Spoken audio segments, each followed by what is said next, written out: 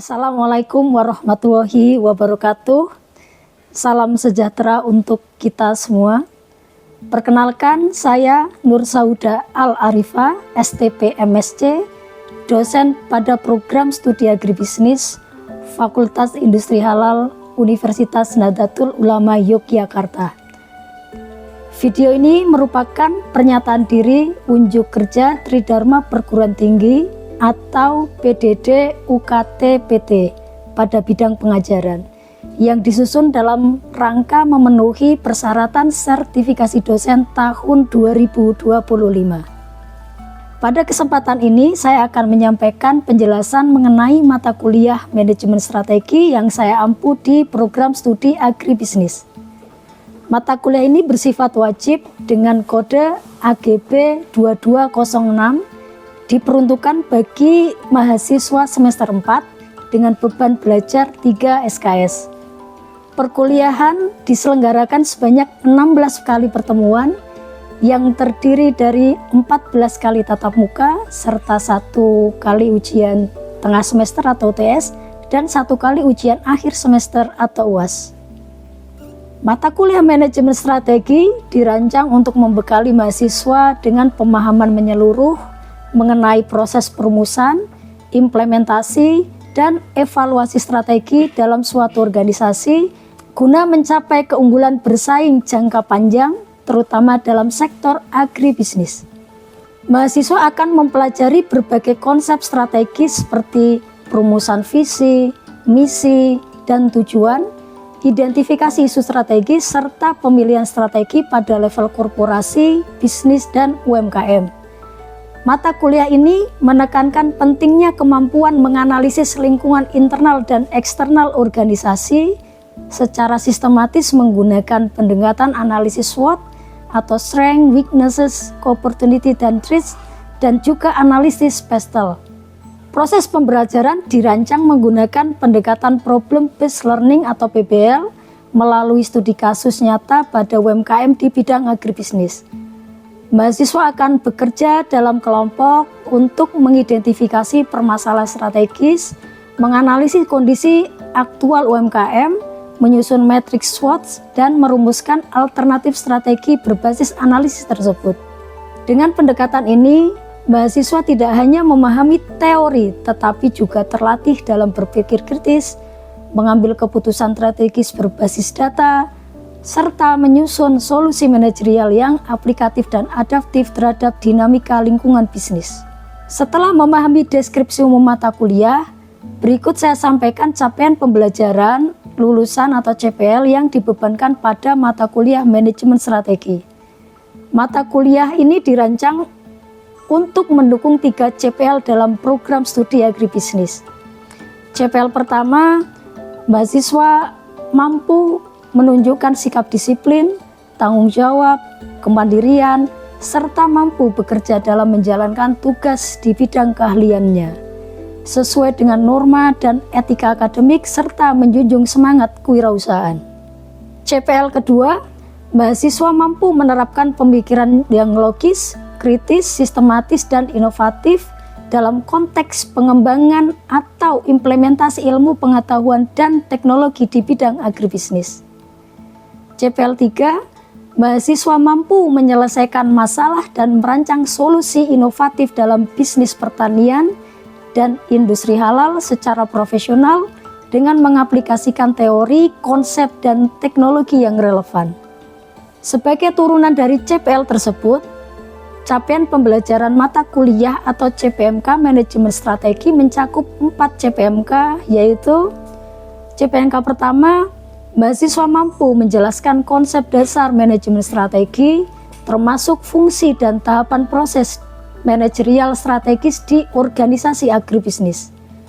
CPMK kedua, mahasiswa mampu mengidentifikasi dan menganalisis faktor internal dan eksternal organisasi menggunakan analisis SWOT dan PESTEL dengan fokus pada konteks real UMKM di bidang agribisnis. CPMK ketiga, mahasiswa mampu merumuskan strategi bisnis yang logis dan aplikatif berdasarkan hasil analisis tersebut. CPMK keempat, Mahasiswa mampu bekerja secara kolaboratif dan menyusun strategi dan menyampaikan solusi strategi melalui presentasi studi kasus. Materi pembelajaran mata kuliah manajemen strategi terdistribusi dalam 16 kali pertemuan dengan materi sebagai berikut. Pertemuan pertama, mahasiswa memahami alur perkuliahan, kontrak kuliah, serta pengertian dasar manajemen strategi. Pertemuan kedua dan ketiga, mahasiswa mampu memahami perumusan masalah strategis dan hal-hal dasar yang menjadi fondasi dalam manajemen strategi. Pertemuan 4 dan 5, mahasiswa mampu menjelaskan visi, misi, tujuan organisasi, serta memahami alur tahapan manajemen strategi. Pada pertemuan ke-6, mahasiswa mempresentasikan visi, misi, dan strategi awal organisasi atau UMKM yang telah dianalisis secara individu maupun kelompok. Pada pertemuan ke-7, mahasiswa memahami dan menjelaskan konsep analisis SWOT serta cara menganalisis situasi internal dan eksternal organisasi. Pada pertemuan ke-8, yaitu ujian tengah semester. Pertemuan ke-9 dan 10, mahasiswa memahami dan menjelaskan konsep analisis PESTEL serta cara menganalisis situasi eksternal organisasi. Pada pertemuan ke-11, mahasiswa memahami konsep dan tahapan dalam manajemen perencanaan strategis.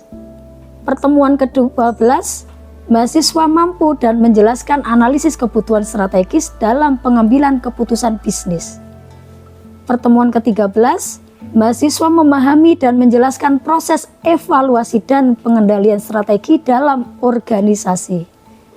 Pertemuan ke-14 dan 15, mahasiswa mempresentasikan dan mengaplikasikan konsep manajemen strategi secara komprehensif melalui studi kasus nyata, termasuk rekomendasi strategi berbasis SWOT dan analisis PESTEL. Pertemuan ke-16 berupa ujian akhir semester, mahasiswa diuji secara individu terhadap pemahaman dan kemampuan analisis strategi bisnis dari studi kasus yang telah diberikan. Metode pembelajaran dalam mata kuliah manajemen strategi yaitu dengan menerapkan kombinasi pembelajaran aktif dan kontekstual yang berpusat pada mahasiswa sesuai dengan prinsip Outcome Based Education atau OB. Metode utama yang digunakan adalah Problem Based Learning atau PBL, studi kasus, diskusi struktur dan presentasi, serta refleksi individu dan umpan balik berbasis rubrik penilaian. Akses media pembelajaran secara daring dapat diakses melalui Learning Management System atau LMS berupa Edlink dan pada laman si.unu/jogja.ac.id. Adapun metode penilaian dalam mata kuliah ini terdiri dari partisipasi sebesar 20% yang terdiri dari keaktifan dan juga tugas. Kemudian ada hasil berupa proyek atau hasil studi kasus dan juga PPL sebesar 30%. Kemudian dari aspek kognitif sebesar 50% yang terdiri atas ujian tengah semester dan juga ujian akhir semester. Demikian penjelasan saya mengenai pelaksanaan pembelajaran mata kuliah manajemen strategi. Selanjutnya, mari kita simak cuplikan video pembelajaran dari salah satu materi yang diajarkan dalam mata kuliah ini. Assalamualaikum warahmatullahi wabarakatuh. Waalaikumsalam warahmatullahi wabarakatuh. Selamat sore adik-adikku semuanya. Alhamdulillah pada sore hari ini kita bertemu lagi di mata kuliah manajemen strategi. Namun sebelum kuliah kita mulai, untuk menambah keberkahan dari perkuliahan ini, silakan untuk ketua angkatan untuk memimpin doa terlebih dahulu. Mari kita berdoa terlebih dahulu. Bismillahirrahmanirrahim. Oke, alhamdulillahirobbilalamin. Semoga dengan doa tadi semakin menambah suasana kuliah kita pada sore hari ini ya. Ya. Nah, pada hari ini materi yang akan disampaikan adalah terkait dengan analisis lingkungan eksternal dengan menggunakan teori PESTEL. Gitu. Itu ya. Adapun tujuan pembelajaran pada pertemuan kali ini yaitu yang pertama untuk mengetahui dan memahami analisis lingkungan eksternal dengan teori Pestel, kemudian memahami faktor eksternal yang mempengaruhi organisasi dan bisnis. Di sini ada politik, ekonomi, sosial, teknologi, lingkungan, dan juga aspek hukum. Nah, sebelumnya kita pernah belajar terkait dengan analisis SWOT. Analisis SWOT ya. Analisis SWOT. Di sini ada analisis tes. Ada yang masih ingat materi sebelumnya tentang apa itu analisis SWOT? Silakan. Ya, Farah. Analisis SWOT merupakan metode perencanaan untuk mengevaluasi klaim kekuatan, weakness, kelemahan, opportunities, peluang, dan threats ancaman kepada pelaku bisnis atau organisasi. Oke, betul. Tepuk tangan untuk Farah. Oh, sekali. Oke, betul ya. Kalau analisis SWOT itu ada strength, ada weakness, ada opportunity, dan juga threat. Jadi di sini terdiri dari analisis lingkungan internal dan juga eksternal. Analisis lingkungan internal itu terdiri dari strength dan juga weakness untuk mengetahui kekuatan dan juga kelemahan yang ada di organisasi atau perusahaan. Kemudian di analisis lingkungan eksternalnya itu ada opportunity dan juga threat atau peluang dan juga ancaman. Seperti itu. Nah, bedanya apa dengan analisis Pestel gitu ya? Analisis Pestel itu secara umum ya P-nya terdiri dari yang namanya politik gitu ya. P-nya itu politik. E-nya ekonomi. S-nya sosial, oke. T-nya adalah teknologi. E environmental atau lingkungan, kemudian L adalah aspek legalnya. Kayak gitu. Oke. Nah, jadi secara umum analisis Pestel itu adalah alat analisis untuk membantu ya dalam dunia bisnis untuk menganalisis faktor eksternal yang dapat mempengaruhi strategi keputusan organisasi, gitu ya. Dan juga dengan memahami Pestel, perusahaan dapat lebih siap menghadapi perubahan lingkungan untuk mengambil keputusan yang tepat. Kayak gitu. Jadi Pestel ada politik, ada ekonomi, sosial, teknologikal, dan juga environmental, kemudian aspek legalnya. Oke, kita bahas satu persatu terkait dengan analisis Pestel ya. Dimulai dari aspek politik terlebih dahulu, gitu ya. Nah, untuk aspek di bidang politikal ini merupakan faktor politik yang dapat mempengaruhi lingkungan bisnis secara langsung ya. Faktor ini menganalisis kebijakan pemerintah, stabilitas ekonomi, kemudian ada stabilitas politik, pajak, regulasi perdagangan, dan juga hubungan internasional. Kemudian ada faktor ekonomi. Faktor ekonomi di sini ini berkaitan terkait dengan performa ekonomi yang berdampak langsung pada perusahaan yang memiliki efek jangka panjang. Contohnya apa? Contohnya ada inflasi, suku bunga, pertumbuhan ekonomi, tingkat pengangguran, dan nilai tukar mata uang. Perubahan ekonomi ini dapat mempengaruhi daya beli konsumen dan juga biaya operasional dari perusahaan. Gitu. Kemudian ada yang namanya faktor sosial. Nah, faktor ini meneliti tentang faktor sosial. Faktor ini meneliti dengan cermat terkait dengan lingkungan sosial pangsa pasar termasuk tren kultural gitu ya. Jadi kalau sekarang itu kan yang lagi ngetren itu culture gitu ya. Nah, di sini yang dimaksud kultural itu tadi atau budaya masyarakatnya ya. Contohnya apa ya? untuk mengamati perubahan budaya, gaya hidup, pendidikan, demografi masyarakat itu juga berpengaruh. Ya, demografi penduduk ya antara Gen Z, Gen milenial, Baby Boomers itu tentunya mempunyai karakteristik sosial yang berbeda-beda. Kemudian lanjut lagi faktor teknologi. Faktor teknologi ini menyinggung pada inovasi teknologi yang mempengaruhi operasi dari industri bisnis itu sendiri ya. Perkembangan teknologi dapat menciptakan peluang-peluang yang besar khususnya di bidang agribisnis. Contoh, sekarang kan banyak muncul perusahaan-perusahaan startup yang itu berbasis pertanian.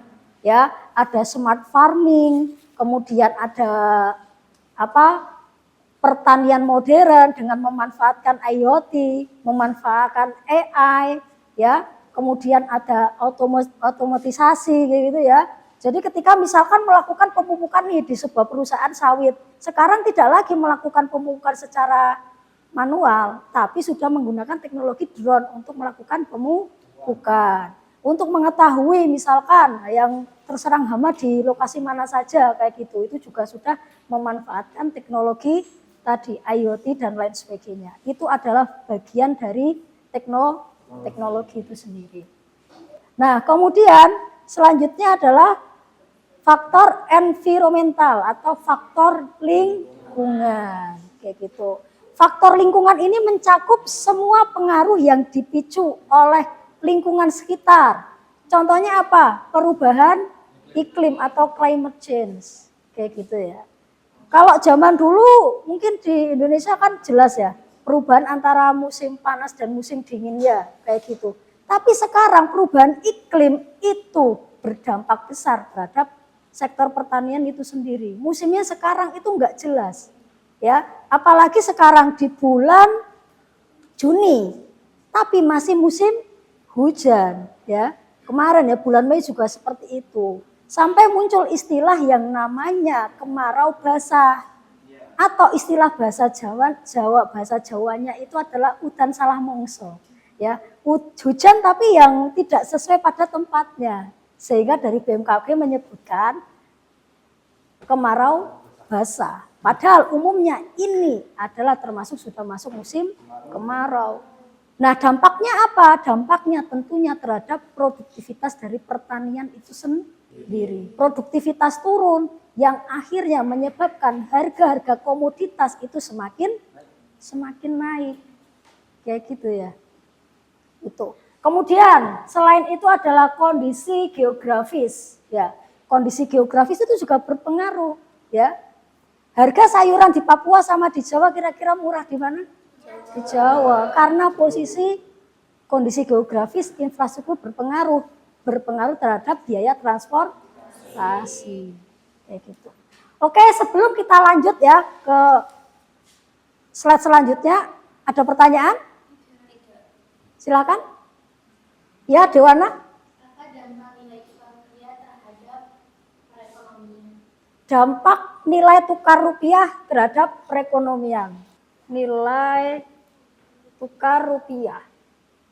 Nilai tukar rupiah itu kalau dalam analisis Presley itu kan termasuk faktor ekonomi, ya. Kira-kira nih kalau nilai tukar rupiahnya itu sedang melemah misalkan ya, melemah. Apa yang terjadi kira-kira? Daya beli masyarakatnya kira-kira apa? Turun atau naik? Turun. Daya beli masyarakatnya akan turun. Ya. Kemudian tentunya akan berdampak pada inflasi. Harga bahan-bahan pokok itu semakin naik. Beras naik, BBM naik, harga minyak naik, ya. Oke, tapi juga ada sebenarnya dampak positif dari nilai tukar rupiah yang menurun itu sendiri. Dampak positifnya impor kan semakin murah. Ada pertanyaan lainnya? Ya? Apa sih Bu dampak dari kebijakan kenaikan pajak terhadap lingkungan bisnis? Oke, pertanyaan yang bagus. Pajak kalau dalam teori Pesley ini termasuk ke dalam faktor politik kayak gitu. Kita masih ingat beberapa bulan lalu itu ada demo besar-besaran menentang terkait dengan kenaikan apa? Kenaikan pajak. Khususnya kenaikan PPN yang tadinya 11% dinaikkan menjadi 12%. Gitu ya. Nah, dampaknya apa kira-kira kalau pajak ini dinaikkan? Kenapa sih perusahaan itu pada demo ya? Banyak masyarakat itu pada demo ya. Ternyata ini bisa memberikan ini dampak secara langsung, yaitu sangat kerasa sekali bagi perusahaan ya. Kalau pajak naik, otomatis biaya perusahaan, biaya operasional perusahaan itu tambah naik. Biaya operasional perusahaan naik, perusahaan harus melakukan efisiensi dalam melakukan operasionalnya. Nah, salah satu yang kena dampak bisa jadi perusahaan akan melakukan efisiensi dalam bentuk pemutusan hubungan kerja. Jadi biasanya kalau pajak naik itu banyak muncul PHK-PHK di perusahaan. Kemudian ada dampak lainnya juga ya. Kalau pajak naik, otomatis daya beli masyarakatnya semakin turun. Ya. Daya beli masyarakat turun, inflasi semakin naik karena harga-harga kebutuhan semakin naik. Kayak gitu. Nah, hasilnya apa nih hasilnya ya? Sudah harga-harga naik, pajak naik, kemudian daya beli turun ya. Nah, itulah yang menyebabkan banyak masyarakat itu melakukan aksi demonstrasi. Dan alhamdulillahnya tidak jadi kan dinaikkan. Ya gitu, karena kalau sampai itu dinaikkan ya apa yang akan terjadi pada bangsa ini ya. Seperti itu. Gitu. Oke, saya kira kita lanjut ya untuk materi selanjutnya. Kayak gitu. Di sini saya akan menampilkan salah satu contoh penerapan ya teori Pestel pada bidang agribisnis, ya kan? Kalau kita ingin menerapkan sebuah teori Pestel pada bidang agribisnis ataupun bidang lainnya itu ya, ada beberapa pertanyaan kunci yang bisa kita lakukan gitu ya. Yang pertama adalah di aspek politik, apakah negara tersebut stabil secara politik gitu ya. Kemudian di aspek ekonomi, bagaimana kondisi ekonominya? Apakah konsumen itu punya daya beli yang tinggi atau tidak? Kemudian apakah masyarakatnya terbuka terhadap teknologi baru misalkan? Kemudian apakah infrastruktur digital itu sudah mendukung dalam aspek faktor teknologinya? Kemudian di faktor lingkungannya, apakah negara itu punya kebijakan lingkungan yang ketat gitu ya dalam penerapan bisnis tersebut? Kemudian apakah sistem hukum mendukung dalam perlindungan hak cipta ataupun hak paten daripada produk? Nah, di sini saya contohkan ada penerapan teori Pestel misalkan pada industri tempe ya. Adik-adik tahu tempe ya? Sering makan? Sering ya? Nah, ini makanan favorit mahasiswa dan juga dosen nih gitu ya. Nah, contoh penerapannya ya, aspek politiknya ya. Dukungan pemerintah lewat program UMKM dan regulasi keamanan pangan itu sangat disupport untuk industri tempe itu sendiri. Di samping itu juga untuk bahan baku tempe itu kan bukan hanya mengandalkan dari bahan baku lokal saja, tapi juga ada bahan baku kedelai dari impor luar negeri. Dan kebijakan di Indonesia itu mendukung dalam proses impor kedelai dari luar negeri. Nah, inilah terjadi stabilitas bahan baku dalam industri tempe itu sendiri. Kemudian fluktuasi harga kedelai dan daya beli konsumen mempengaruhi produksi dan juga penjualan. Kayak gitu. Kalau daya belinya itu naik, maka permintaan terhadap industri tempe juga naik. Kemudian di aspek sosial itu kan muncul yang namanya tren konsumsi pangan sehat dan kebiasaan makan tradisional. Nah, inilah yang menyebabkan permintaan terhadap tempe itu semakin naik gitu ya. Seperti itu. Bahkan pernah dengar berita ya, bahkan tempe itu akan dipatenkan jadi makanan mana ya? Dari Jepang ya malah ya. Kayak gitu. Padahal yang sering makan tempe mana? Indonesia kan, kayak gitu. Nah, kemudian dari aspek teknologinya, menggunakan teknologi sederhana untuk produksi dan juga pemasaran. Jadi yang namanya tempe dan turunannya itu sekarang bukan hanya dijual di pasar tradisional, tapi juga bisa dijual secara online, gitu ya. Kemudian dari segi lingkungan, pengolahan limbah dan perubahan iklim berdampak pada bahan baku, ya. Nah, iklim yang tidak stabil ini tentunya mempengaruhi dari produktivitas kedelai. Kalau tidak terjadi perubahan iklim, ya cuacanya bagus, iklimnya bagus, itu produktivitas semakin meningkat, sehingga bahan baku semakin bisa terjamin, gitu ya. Kemudian kepatuhan dari legalitas ya, kepatuhan pada izin usaha dan standar keamanan pangan dan perlindungan merek itu sendiri. Jadi meskipun industri-industri tempe itu sekarang sudah setiap UMKM itu punya legalitas, minimal itu dia punya NIB ya, nomor induk berusaha, kayak gitu. Oke, selanjutnya kita kemarin sudah dikelompokkan menjadi beberapa kelompok diskusi mahasiswa. Nah, tugas selanjutnya silakan adik-adik berkumpul sesuai dengan kelompoknya masing-masing, yang mana menjelaskan terkait dengan, diskusikan dengan kelompok terkait analisis pestel dalam bidang agribisnis. Gitu. Silakan bisa berkelompok dengan anggotanya masing-masing.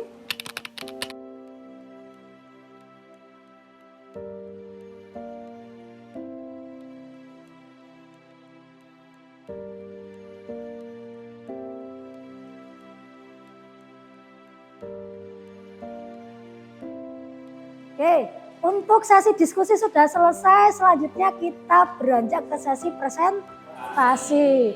Nah, kalau kemarin, pekan lalu kita mulai dari kelompok 1, maka untuk sesi presentasi hari ini saya mulai dari belakang ya.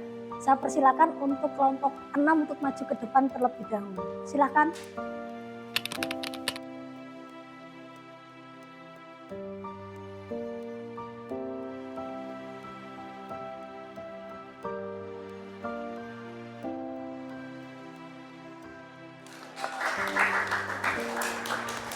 Oke, cukup menarik ya proses diskusinya dan setiap kelompok sudah mengerjakan lembar kerjanya dengan baik.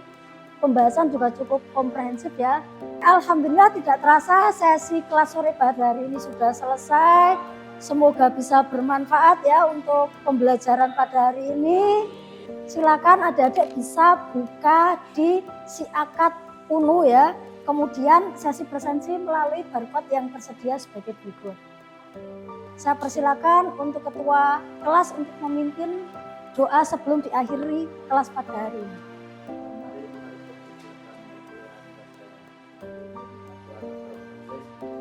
Bismillahirrahmanirrahim.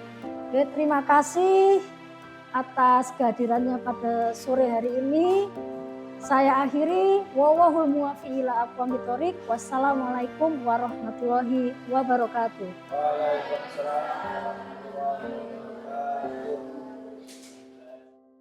Demikian video pembelajaran tentang mata kuliah manajemen strategi yang saya buat. Terima kasih. Wallahul muwaffiq ila aqwamit thoriq. Wassalamualaikum warahmatullahi wabarakatuh.